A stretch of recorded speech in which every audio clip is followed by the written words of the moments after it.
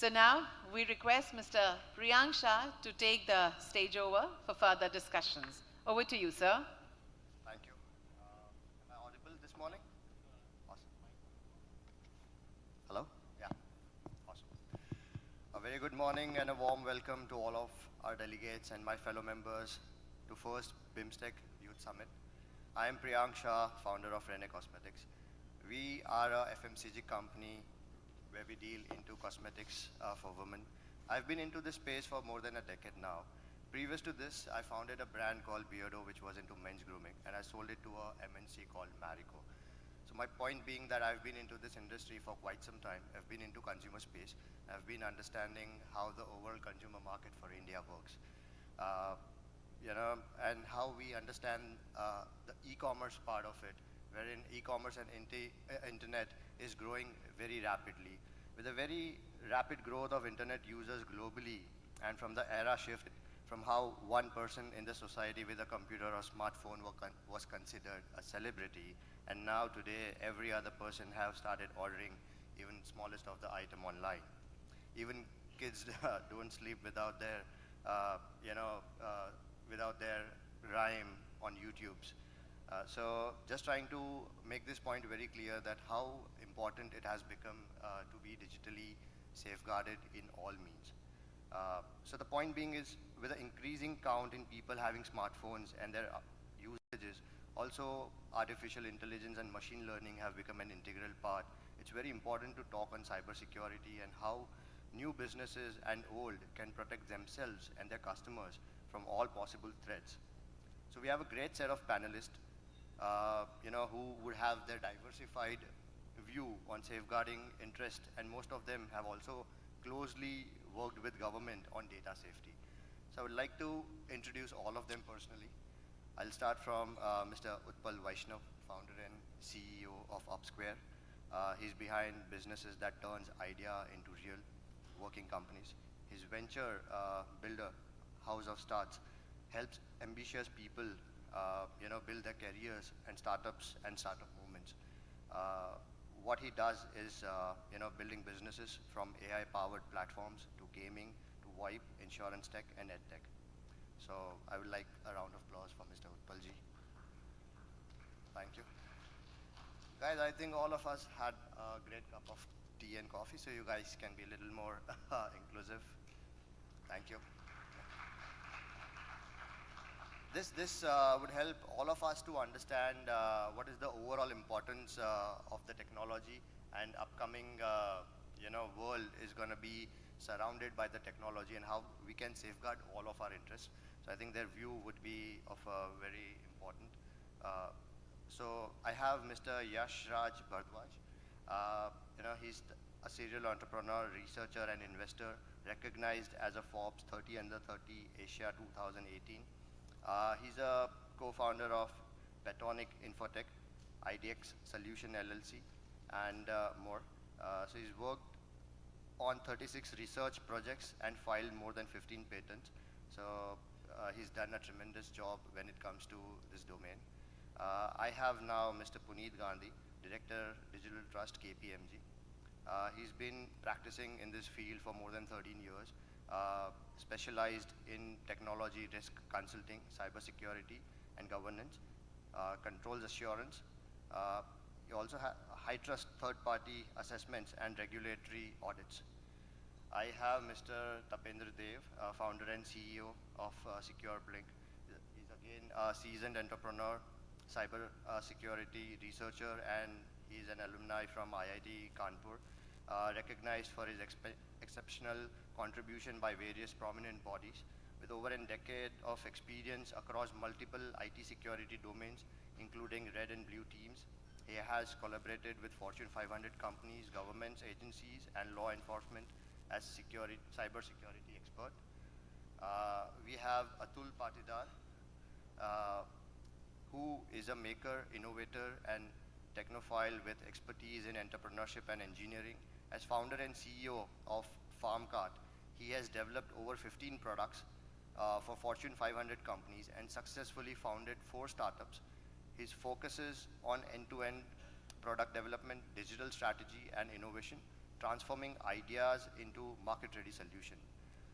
He has been also recognized with few awards in terms of innovation with impact recognition by Prime Minister of India on Man Ki Baat 2020, top 50 global innovative startup CEOs, and Innovator of the Year, Idea Couture 2014-2015. So these are the set of my panelists. Would like to have a huge round of applause for all of them before we begin. So, like we all understand, it is about how new and old businesses needs to understand the importance of data and the data safety. I'd like to have my first questions for both of our founders, Utpal and Atul. We've all seen in this last 10 years from 1.5 billion internet user to 5.5 billion users. It's been a rapid growth. And with this rapid growth, security concerns have intensified. In your business, how critical is cybersecurity and what measures are you taking to manage risk? I would like to have both of them, we'll start from Utpal, to share their first-hand experience that you would have with cyber threats. Thank you, Priyank. So regarding cyber threats, I think it is very crucial because most of startup founders do not have security first mindset. And from investors' perspective also, they focus more on product market fit and not the cyber security first. But if the founders have security first mindset, they can not only cure, they can prevent a lot of happenings. For example, one of our startups in VoIP domain, last year they got attacked, and then the demand was a few $100,000 to release the data. It is known as ransomware. And then the founders did the smart thing. They informed the users, and then they took the backup and then made the new version live, and then paid $20,000-$30,000 to different security solution providers, and then cured the threat. But if they had security first mindset, they would have prevented this. So yes, that is crucial, very crucial, and then it should be embedded from the mindset perspective, and then followed by the skill set and the startup actions. Thank you. Atul, if you can also understand your purview on what do you think as at a founder's lens, what should be taken care of? Thank you. Thank you, Priyank. Is it audible? Okay, so I'm going to talk about, so as Priyank was mentioning, I did 4 startups, and what I've seen the importance of data and data security across all these 4 startups. So one of my first startup was a company called BrainCom. So it used to monitor patients suffering from epilepsy and Parkinson. So the whole idea here is patients who are suffering from mental disorders can be cured without the need of medication. So trying to understand which neurons are being dysfunctional and provide a certain set of current to those or voltage to those neurons so that they can get activated. So that startup later on got acquired, and we thought this product is going to get launched in the market because we had the FDA approval as well. But then what happened was the company that acquired actually started understanding brainwaves through the technology that we have developed. And it actually started collecting that data in terms of how the brain waves changes when you think about something. So for example, you want to switch off that light and you're thinking hard, like intense about that lights, for example, is bothering me. And then they started analyzing the brain waves, and then they implemented that in IoT. So now what happened here was, what you are thinking, it's not just about your personal information, it's also about what you are thinking can also be stolen. So now I'm talking about a bit futuristic, but this startup was founded in 2014 with 3 of my co-founders, and it got acquired in 2016 with FDA approvals, and everything was in place, and we thought it was just for treatment of medical disorders. And from there, I moved on to IoT and data science. How do we bring that together? Because IoT, if you guys remember 10 years back, everyone would be like, this is the next big thing. But then it did not come through that in those time. It took longer than that. And one of the major reason was also the standardization of the communication protocols. So all these big companies like Intel, Samsung, Apple, Google, they all came together, formed a forum, and they talked about how can we standardize all these data transmission protocols. But then what happened is that forum failed, and that impacted huge in terms of IoT implementation. And the reason was, how do we secure data? If it is going to come from all these different companies, all this personal data is being shared across the single protocol, then how do we secure? And they did not have that solution. So they had to delay that project, and until now, they could not implement that. So we'll talk more in the subsequent questions, but the major question here is how important data has become today and its security. So if you remember the frameworks like people, process, technology, and now it's data. And why? Because it has become a strategic asset for all the companies. So that's why it has become very critical for all the startups, all the companies, to be proactive about their cybersecurity. So I'm going to pass it on back to Priyank. Thank you. I think that was really intensive. We understood that what is the future when it comes to technology. We'll come back on that. Yashraj, I have a question, two set of questions for you. Securing gaps in data infrastructure can be a tough balancing act. Businesses need to invest wisely without overspending. What are the key factors companies should consider when budgeting for data security and upgrades? And how can they make sure they are putting their money in the right places? Also, while we speak of this, what are the measures that government body can take while considering upgrades for the system too? Okay, thanks Priyank. So covering up the question, of course, I'm going to talk more about, firstly about the second part of the question, and then I'll come to the first part. When we see, let's say, I'm an Indian, so I'm going to talk about India's position right now. On global data infrastructure level, China and US, they consume or they stand at 2/3 of the complete infrastructure that is available across the globe. When I talk about Indian market, we have probably around 11 supercomputers, out of which 5 are being used by the government and 6 are tag along for different research work. But technically speaking, India is a country that provides, South Asia is a place that provides highest amount of digital workforce that goes around the globe. And having said that, we don't have enough infrastructure. When I combine all these data, it comes out to that India just has 1% compute capability comparing to the world, which is, nothing. When we're talking about making our country or South Asia emerging as a global leader in terms of manufacturing or in terms of digital economy or anything, any business, let's say cosmetics, right? I think data infrastructure is somewhat very much required from the government perspective. Now coming on to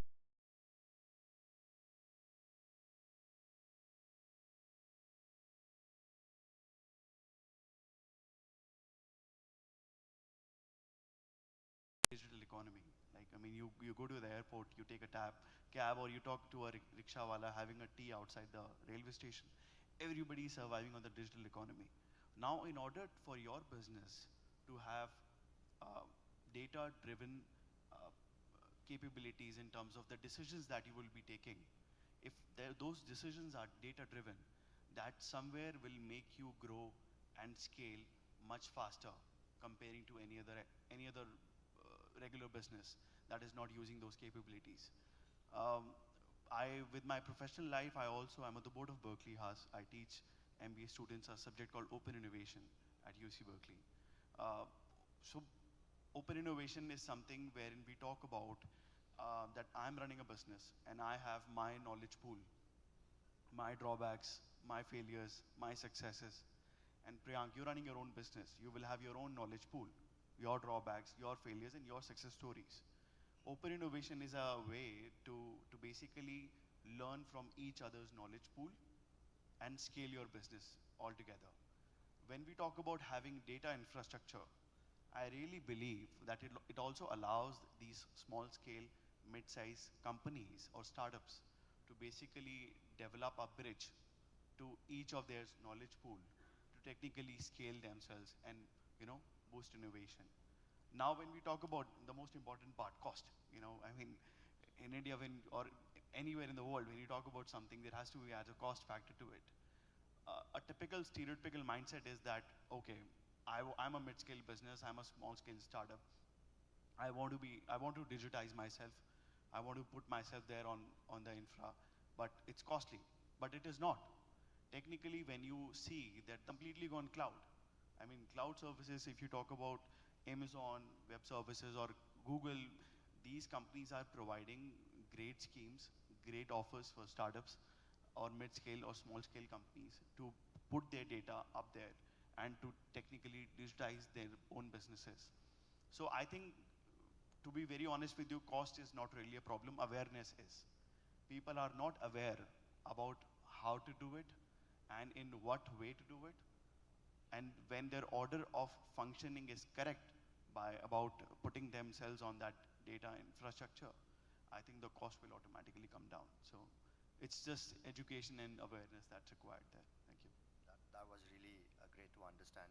Puneet, I'll like to have your point of view, because you've been on the advisory board of a lot of companies, old and new businesses.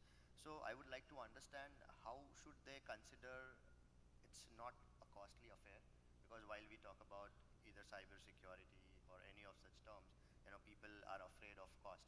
So what's your point of view, and how should a new business or an old business or a startup should consider this? Thanks, Priyank. So firstly, you know, it's always important that you consider, in today's day and age, cybersecurity as an enabler to your business, rather than something that comes in as phase 2 or phase 3 and only focus on product.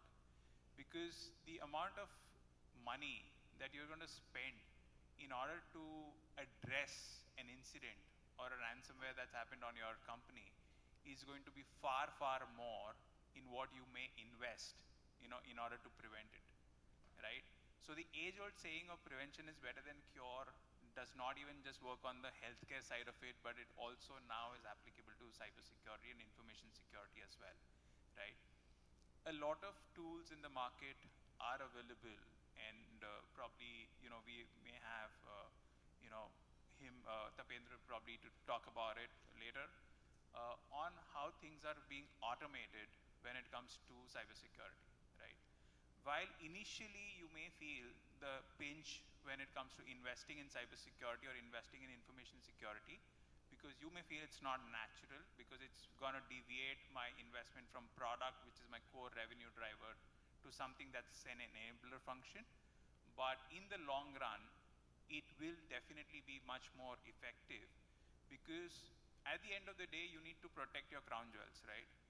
Now, what are your crown jewels when it comes to it? Your product, your IP, your data that you're going to accumulate in order to service your customers, and protection of your entire infrastructure, right? So in order for you to protect these crown jewels of any company, you will require some amount of investment. And while I see in a lot of startups, right, Priyank, focus on getting the right CTO because they want to be a tech-driven startup, right? It's important to get a co-founder or someone with an InfoSec mindset who will help you to start enabling these things right from the start. Thank you for your point of view on this, Puneet. Tapendra, I have a set of questions for you as well. While we understand you are the rock star behind safeguarding the interests of multiple parties, so would want to understand, you know, cyber threats are constantly evolving, and staying ahead requires continuous learning. Irrespective of industry, what are some practical and effective way businesses and government can keep their team trained and prepared for emerging data and cybersecurity risk? While we all understand that Tapendra is also safeguarded government's interest from APT state-sponsored attacks. So I would also like, you know, your point of view on how did that work. If you can give us little insight on what people at large can even try and manage at their end to safeguard their own interest as well. Okay. Thank you. Thanks, Priyank. So I'll quickly start with how the things are happening and changing more in their digital form. And now the cybersecurity is like becoming one of the most crucial requirement for every business, like, and that's where we need to look at from the beginning itself, like, so it should not come in the later stages.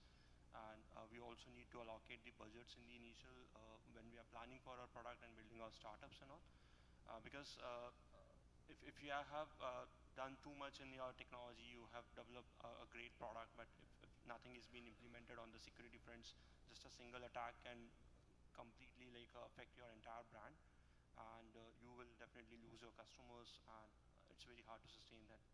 And now even what we have seen in the processes so far, like with the startups too, like in the initial due diligence process too, like the investors are putting these clauses like how much secure your systems, and they are evaluating through the third parties like us.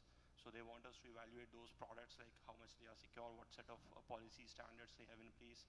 So when it comes to like expanding it in a different geographic region, it becomes more easy for them. So in terms of how they need to, how the businesses need to look into this.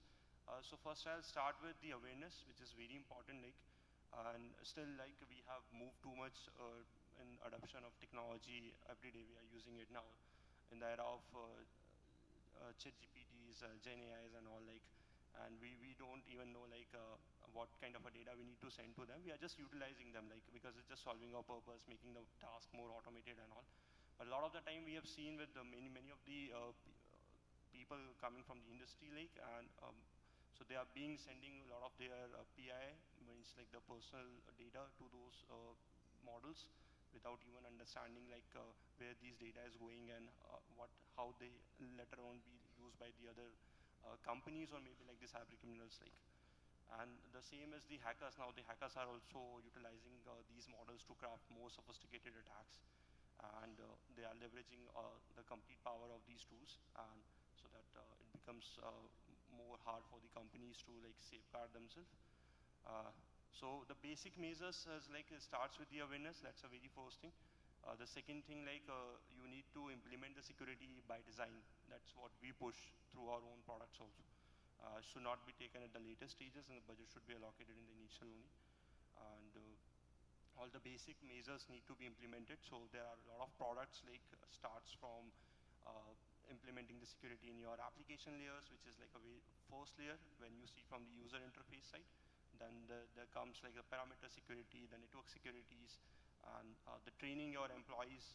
That's very crucial because the IT people, they know about the things, they know about the risk, but most of the times like the cyber attacks, they have targeted the C-level executives who are not even familiar with those overall the technology vertical part, and that's how they were able to penetrate. So these are the set of things that the organization need to implement since beginning, and that's how you can safeguard your business in a more efficient manner. So. Thank you, Tapendra, for this point of view. Again, coming to Utpal and Atul, since we are talking about industry, you all come from diverse sectors. Do you think security risks are higher in certain industry and lower in other? What's your perspective on which sector face the greatest threats and why? Maybe I'll start with Utpal.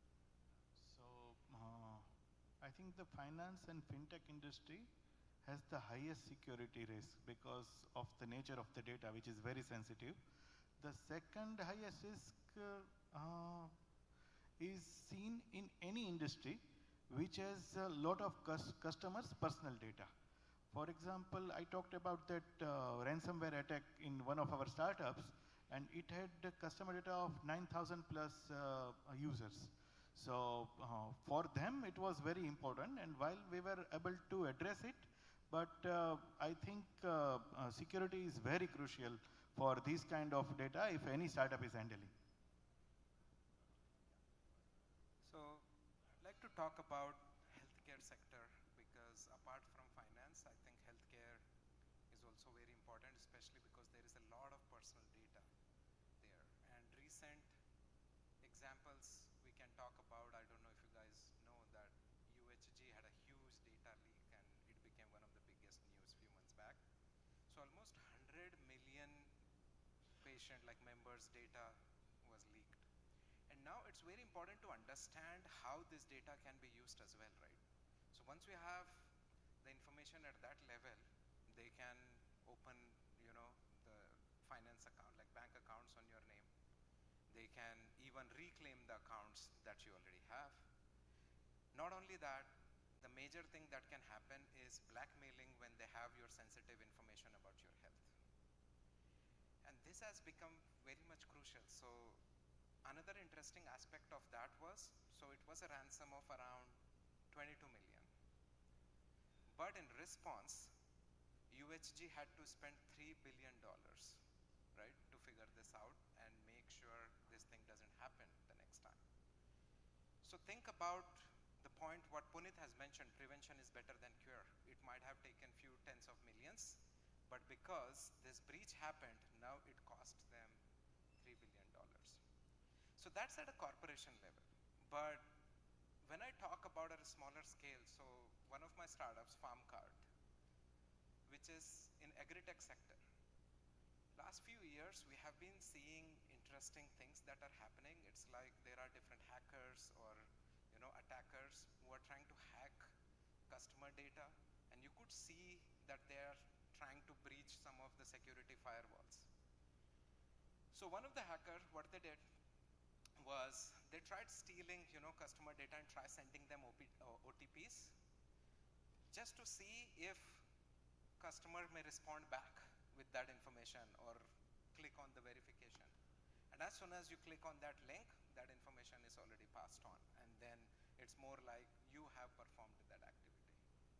And not only that, if you see there is a lot of attacks, cyber attacks that are happening in a very smooth way.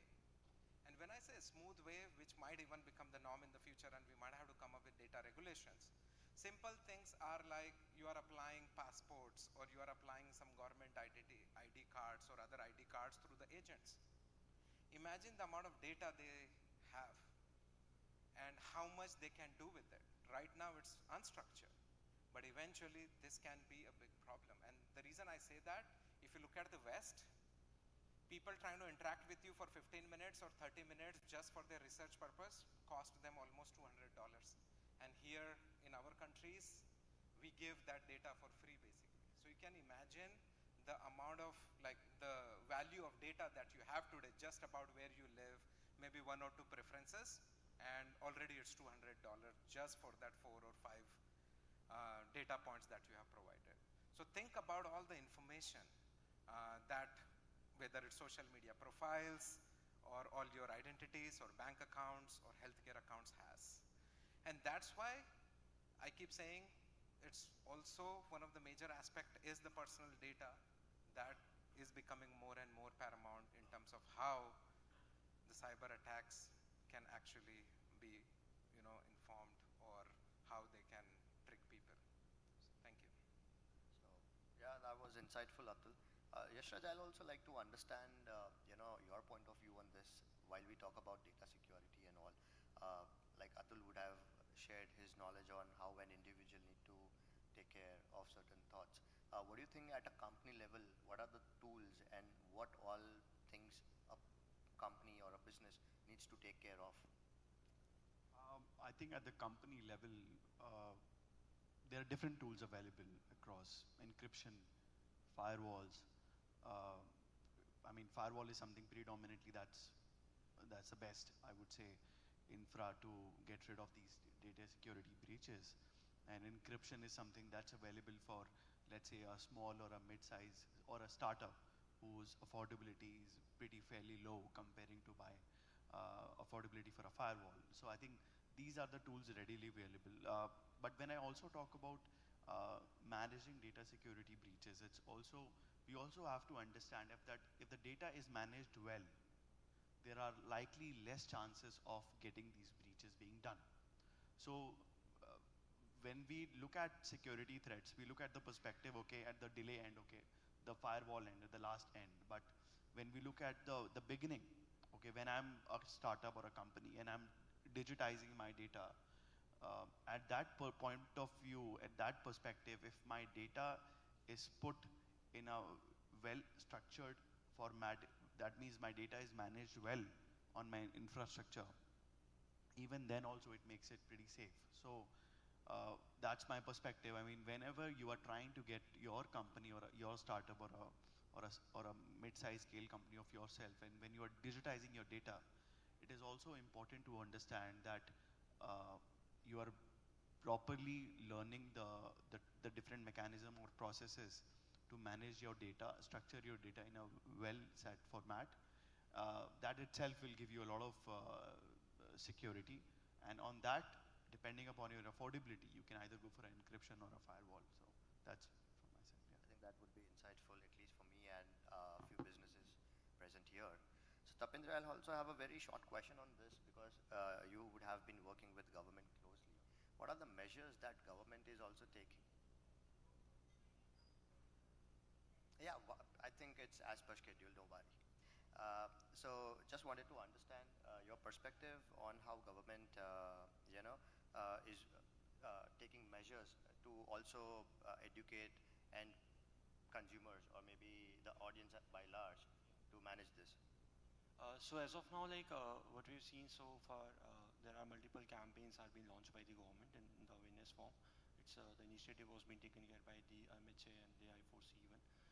So they are being pushing it to all the people, like, so what are the like we have seen in the recently the digital arrest scenarios where the people are being targeted with those the fake calls, and the agencies are calling them and they are demanding like something has happened with your family likewise, and you are even getting a lot of those kind of calls, like, so to mitigate those things, like government has launched the various campaigns, and recently, like even if you are calling someone, you will be getting those notifications like these are the things which are happening and you need to be aware of. So that way the things have been pushed up, and they are also implementing many cybersecurity products, like on the national level, like because we have seen too much increase of state-sponsored attacks, that's in EPT groups who are being targeting the different countries, and we have seen too much like coming from China, from North Korea, from Russia, and some extent, like, so the measures are being taken, the products are being placed, and the agencies are there, we're taking care of in 24/7. We are being associated with them, providing all kind of threat intel at the best way, like, and we are helping them in mitigating all these in a more proactive manner. So before we move to Q&A, we'll have to have one last question from Puneet. We'd like to ask one last question to Puneet. In terms of today's digital world, individuals facing online threats such as phishing attacks and ransomware, online shopping scams, email compromises. So, what are some key strategies everyone should follow at an individual level to keep their personal online presence secure? See, firstly, I feel that we don't value our own personal data to the extent that we should value it, right? Yash did mention about how close guarded the Western world is when it comes to data, personal data. While for an example, if you go into a mall, the moment there is something lucrative asking for your personal information, we'll be the first person to put it in a lucky draw, expecting, oh, we'll get a car. Please, that is not for you to get a car. It is for the vendors to use that data into targeting, marketing, as well as cybersecurity attempts, right? So at an individual level, firstly, we need to be very clear on with whom we are sharing data and what is the reason that we are sharing data for. And it is not just as us as adults, but this awareness needs to start at as good as a school level. In fact, at KPMG and other big fours as well, we do awareness sessions right from schools to even parent groups and grandparent groups as well. That's number one. Number two, shifting it from individuals to companies as well, right? BIMSTEC, for an example, did have a cybersecurity expert group discussion in January, right? Where I believe, the best of all countries, the best of the Western world when it comes to cybersecurity will be embedded, which all founders and all delegates that are currently present here should make, good use of, right? Regulations, which you're talking about, Priyank, are going to come in, correct? We had GDPR in the Western world to come in when it comes to privacy. We've got our own Data Privacy Act, which has been launched by the MeitY. MeitY has also set out rules for data privacy in India. Slowly, it will cascade on to other countries as well, right? So ensure that when you are setting up your own company, when you are coming up with your own product, your entire data flow is secured, right? You have your consumer, you've got your own self as a product, you've got your third parties. And you've got cloud providers wherein you will take, as Priyank was mentioning, on Azure or AWS or Google Cloud. Ensure what is their responsibility and what is your responsibility, right? It is very important to know it is not just that I have availed services from Amazon, that means my headache is gone. Your headache is gone only to the extent possible that Amazon is going to take it for themselves, right? You will have to be responsible for your own data, for your consumer. So as long as the entire value chain is being looked at from a macro lens and then gone deep dive while you are developing product, regulations, government initiatives will come in, which you will have to satisfy, but all of that is for protecting consumer trust at the overall level. I think that was insightful and would sum up a lot of understanding while it comes to cybersecurity. We do have room for questions, ma'am? Yeah. Okay, awesome. So I think we do have 10 minutes wherein we can, have questions from the audience to understand. Yeah. Can someone help us with the mic here?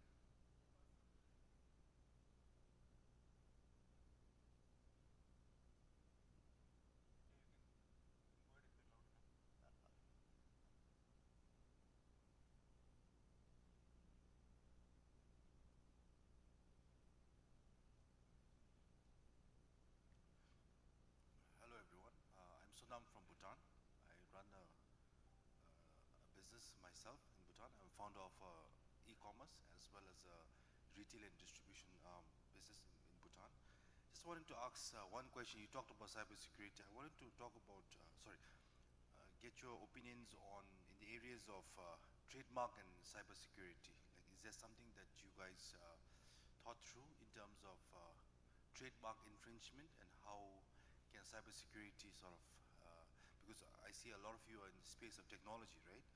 And also second thing would be, how can we leverage new emerging technologies for trademark protection? Because this is something that I personally face in my business where we have a lot of trademark infringements, especially from the West. So I just wanted to get your feedbacks. Thank you. So I think we can split it up in two parts, wherein Punitji, if you want to take trademark infringement, and maybe Atul, if you can share about the tools. So it's a fair point, right? Now again, when I was mentioning, right, you need to first figure out what are your crown jewels. Your trademark, your IP is something that you founded yourself, right? You made that as your product. Firstly is, how are you putting enough thought on securing that trademark, right? How easily it is available. Is that trademark or your systems, firstly decide what's the exposure onto the internet for your systems, correct? Protect that exposure first, right? As a first level boundary. That's when Yash was talking about having the right set of encryption when it comes to your own IPs, right? Ensure you've got the right set of firewalls, correct, in place.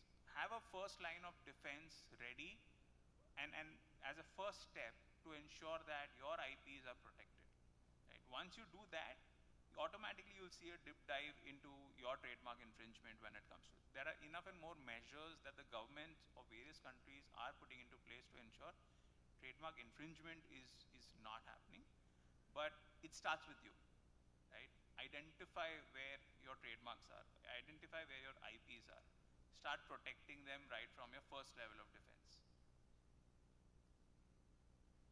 Just want to add one more thing to that, is basically some of the companies, what I have seen doing today is they file for trademark early enough. And when I say early, they are still in the process of building that trademark, but they already file it, right? Assuming that we will be able to, complete or build that technology. And that has happened a lot, especially if you look at companies like Apple and Samsung, and if you start reading the trademarks, what they have filed, you'll be surprised, right? They talk about, flexible screens long way before it was even launched. Even Apple has filed for it, and they haven't even launched that yet, and they filed what, like 5 or 7 years back, right? So think about how proactive they are in terms of protecting their data related to the trademark. And apart from that, I think I do not have much to add other than the firewall protection, how strong it needs to be, and how much, I would say, conscious you should be about. I think we'll also. So I'll just add quickly one thing to this. So in terms of the tools, there are a lot of brand protection tools are available in the market now, and which will help you to identify like is there anyone is copying your brand or some kind of a content on the public internet and on the social medias. So they can help you in 24 into 7 detections, and that way you can easily able to find and take them down. Like, so those are the services that we are being also offering it, and that's available like the complete takedown anywhere it has been hosted globally. Like. And just to give you a very quick, frugal way, for example, if you are making a product, let's say you have a particular logo or something like any patent that you are wanting to get patented or trademarked. I mean, just a very frugal way would be that use any AI bot like ChatGPT or DeepSeek, put it there. There are websites called, like for example, there is a website called WIPO. So for every global patent or every global trademark, there is a global directory available online. What you can ask your AI bot is just to basically take that and look across the whole website or the directory if anything like that exists.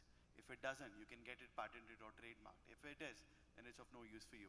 The same way you can do vice versa. If you have something and you want to see whether somebody else across the globe is using it, you can just use AI bots for that. I mean, that's a more frugal way as a startup that you can counter it.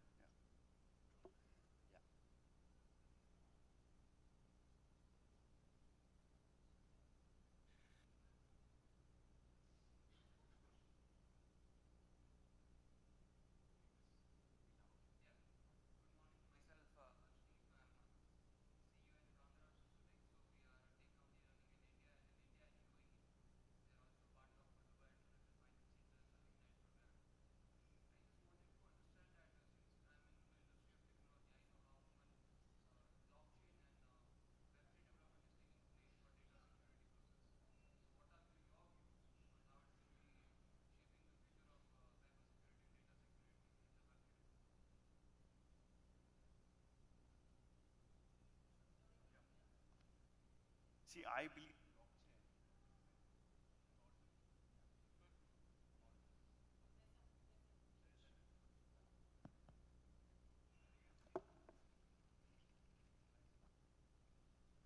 when we talk about AI, blockchain, very trending, Web3, these words, I think blockchain AI has been existing in the industry when the computer was invented. Like, it's all mathematics, technically. When we say that what is going to be the future of cybersecurity or any industry, let's per se, in terms of blockchain, Web3 or AI, I think it's more about application. So when I talk about blockchain's application in healthcare, it more has to do, let's say, with customer directory, with doctor directory, with pharmacy, with standard operating procedures for running a hospital or a patient service, right? Or a patient feedback mechanism. I know blockchain is a way to technically decentralize all the assets. It's all mathematics again, you know, decentralizing the data and solving a problem in much more efficient and a faster way. But I really believe that it has been existing since the time the computer got invented. It is just consultants like us who took these words to mint a lot of money, right?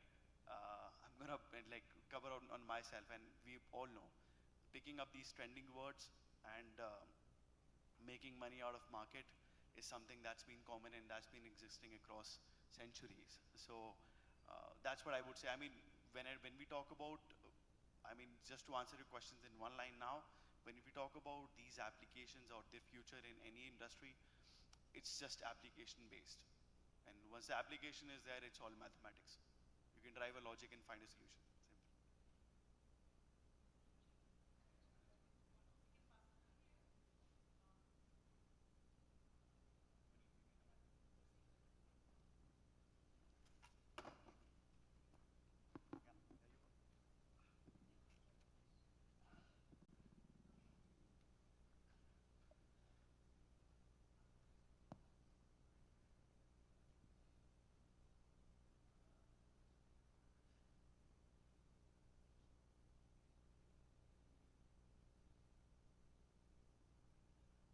Okay, good morning everyone. My question is about the Aadhaar card system in India.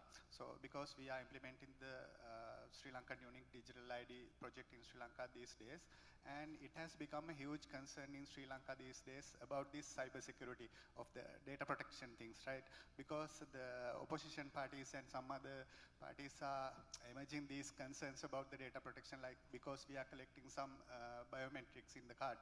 So, my question is not technical. I'm not asking what are the technical measures that India took, because in every system there is a quality assurance, and these technical measures are being taken place. So my question is, what are the things, how the government of India overcome these issues regarding the security of the data that you collect for the Aadhaar card? Thank you.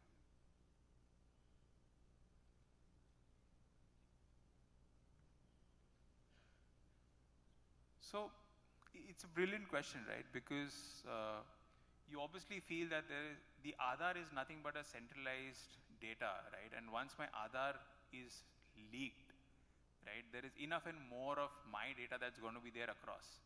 It's similar to what an SSN is in the US, right? And that's what every country is going for. Now, to answer your question, and not to be sounding selfish, but there is a 20-member team from KPMG that is working 24/7 with the UIDAI in order to protect Aadhaar information, right? And it's all about protecting it in the right spirit, protecting it in the right way. But I don't think it should be a hindrance for a country to not go in for a unique identification number. That solves more problems rather than, putting it saying that, while it may get leaked. Your company data will get leaked as well, right? That doesn't stop you from founding up your second company or the third company or going in for more digitization. Digitization definitely has its own more pluses rather than, the shortcomings that you would want to highlight about. But it is putting the right set of people with the right set of skill set and the right culture in order to address what you wanted to just get more benefit out of it.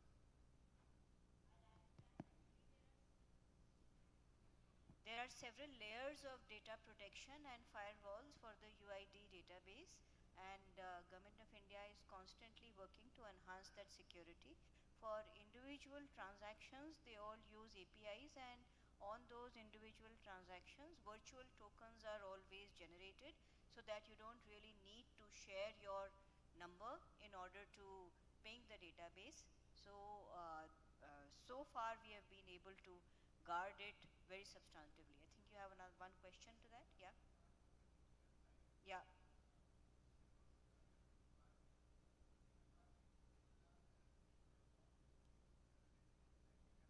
Can anyone give him, why don't you come here and ask your question? I think that mic is working.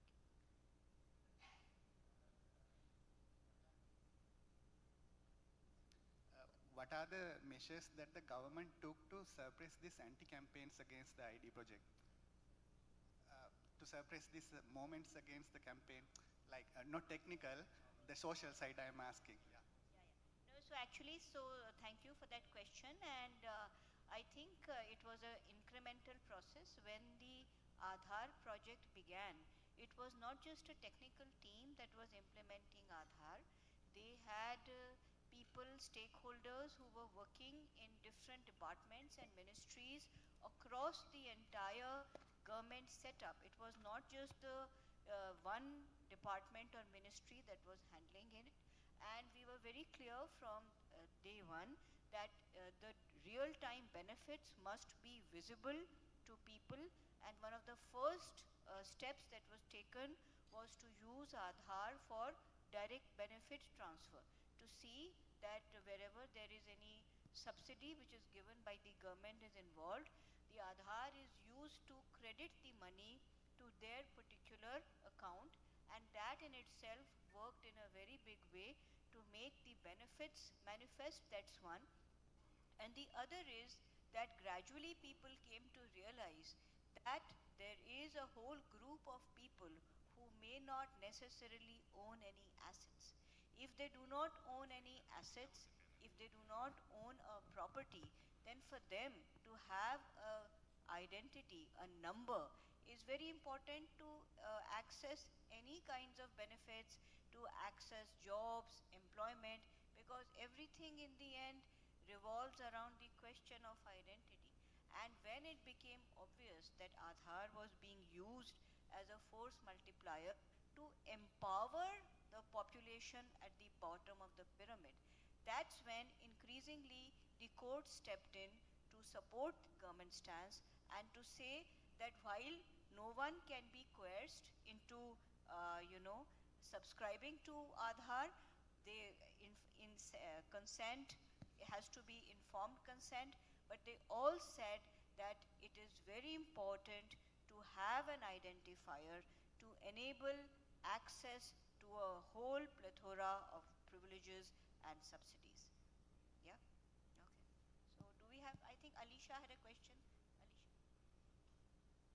Well, I have a very layman-like question. So I'm Alisha Pradhan from Bangladesh. I work for Women Empowerment. I run a foundation.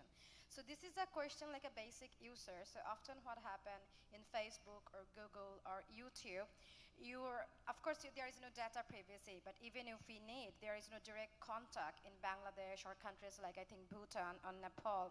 So there is copyright issue, things like that. Small organization or individual do face challenges. So I know India has all the offices in here, but there is a way we can use as a common ground where collectively people can actually come with these issues, because often the page or profile get flagged or even get deleted without actually having any clarification. So many individuals would come to us, even organization. It's a huge loss if they are losing their page or profile. So how do we address that? And B, can there be an arrangement collectively so we can use the resources from India or other member countries where we can use it as a platform to address these issues? Thank you. Anit, would you like to take this up? So I think that's when I brought up the point of BIMSTEC having its own cybersecurity expert group that has been formed. And while they had a first meeting, if I recollect, a few years back, the latest meeting that was held by BIMSTEC Cybersecurity Expert Group was in January, right? So which I believe, because BIMSTEC is like a formation of 7 nations together, right? That's something that can be leveraged upon. So that's probably, I'll probably put it to BIMSTEC as an organization to take it up, saying that, users from, or corporates or startups or innovators from other countries can put in their queries. Similar to what, say, Government of India has done, right? You've got a CERT-in, then you've got a cyber suraksha, then you've got that in place as well. There are multiple layers that are created. That can be, apt or rather aped into what BIMSTEC overall can grow.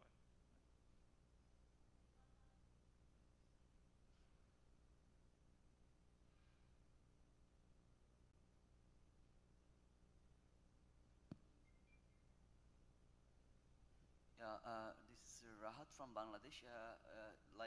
As you discussed, that there is a common framework in European Union on data privacy, like GDPR.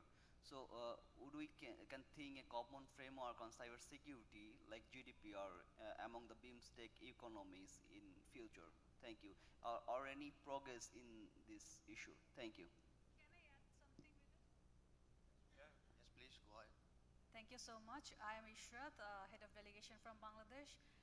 This question or this suggestion is not related to the subject matter, but I would like to request that there should be gender parity in the panel because in STEM, especially in South Asia, women are not so encouraged in STEM. So we want to see more women in that podium as a speaker so that our girls get motivated that yes, one day I want to be there. Thank you so much. Very well said. We all appreciate this thought.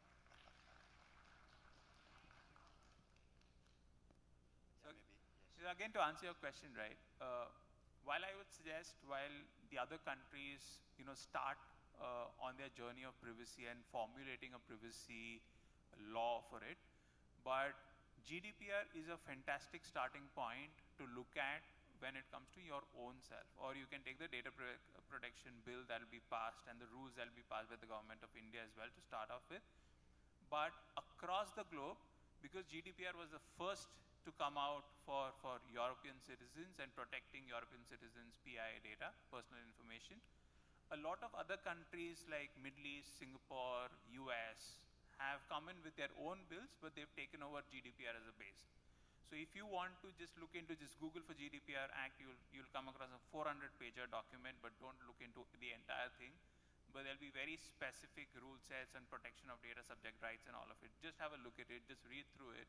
You'll be able to identify a few points that you can start incorporating right now and not wait for a protection bill to come in your own country. Thank you guys, thanks a lot. We'd like to sum up this session for now. Would like to applaud all of my fellow panelists. It was, thank you. It was an insightful session. You can reach out to them directly on one-on-one. You can take numbers from the committee. You can understand what's been going around in the space, in the domain, from all the perspective. We have great dynamic people with us. So thanks a lot for allowing us and hosting us and letting our ideas putting on the table. Thanks a lot. Thank you. Thank you, guys. Thank you.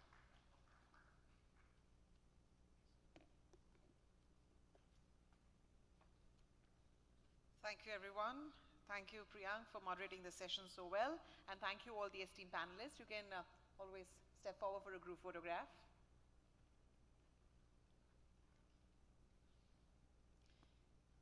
Can we extend a thank you? Thank you.